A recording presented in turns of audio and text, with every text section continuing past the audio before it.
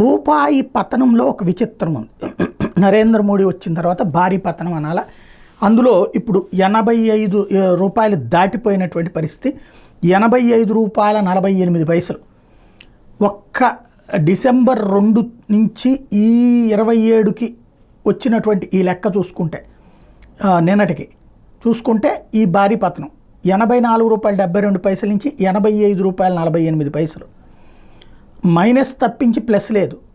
-12, -7, -20, -5, -11, -3, -19, -4, -12, -21 టోటల్గా 84 నుంచి 85 దగ్గరగా ఒక 80 పైసల చిల్లర ఈ 22వ తారీఖు నుంచి 27లోపు పడిపోయింది. ఓవరాల్గా చూస్తే ఇది 86.5 రూపాయల దాకా పడిపోతుందని కోటక్ సెక్యూరిటీస్ వాళ్ళు అంచనా వేస్తున్నారు. 86 రూపాయలకు పడిపోతుందని నువామా వాళ్ళు అంచనా వేస్తున్నారు.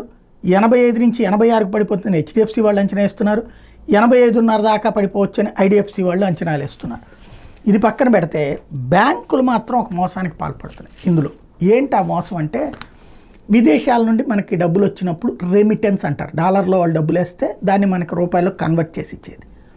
ఇప్పుడు 85 రూపాయల 15 పైసలు పడింది అన్న రోజున బ్యాంకులు 83.5 రూపాయలు ఇస్తున్నాయి.